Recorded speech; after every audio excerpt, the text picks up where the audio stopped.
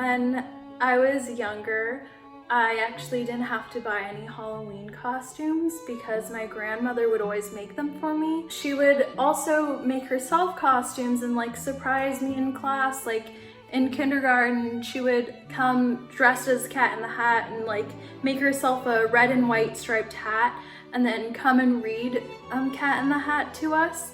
And this went on for about like until I was in 3rd grade, when it was like no longer, I guess, socially acceptable to have your grandmother come and read to your entire class. By that time we were all literate, I hope.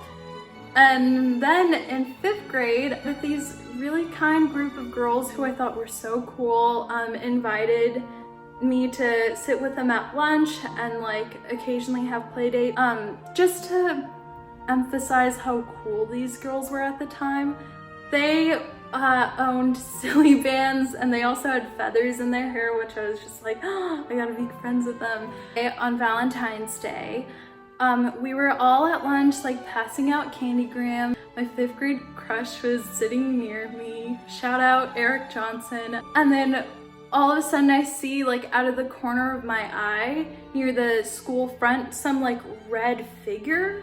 I just see this giant ass heart trying and struggling to get through the door, and then in the middle of the giant heart I just see like my grandmother's face, like all excited. I was so embarrassed, I was so mortified. I was like, what is she doing? People are gonna think I'm so weird. So I started running. Grandmother like clocks it and starts chasing after me, and so I'm just like running around the cafeteria, like all these 5th graders are like watching this giant ass like heart chasing after me. And then finally my grandmother corners me, and then I just start sobbing. I just break down and I start crying. It's like, what's wrong? Like, why are you upset? Eventually she was able to like calm me down, and then I explained to her why I was running away and why I was so embarrassed. She brought candy and shared some with me, which helped make me feel better, like a little better. And then eventually I went back to the group of girls who I was sitting with, and I explained to them why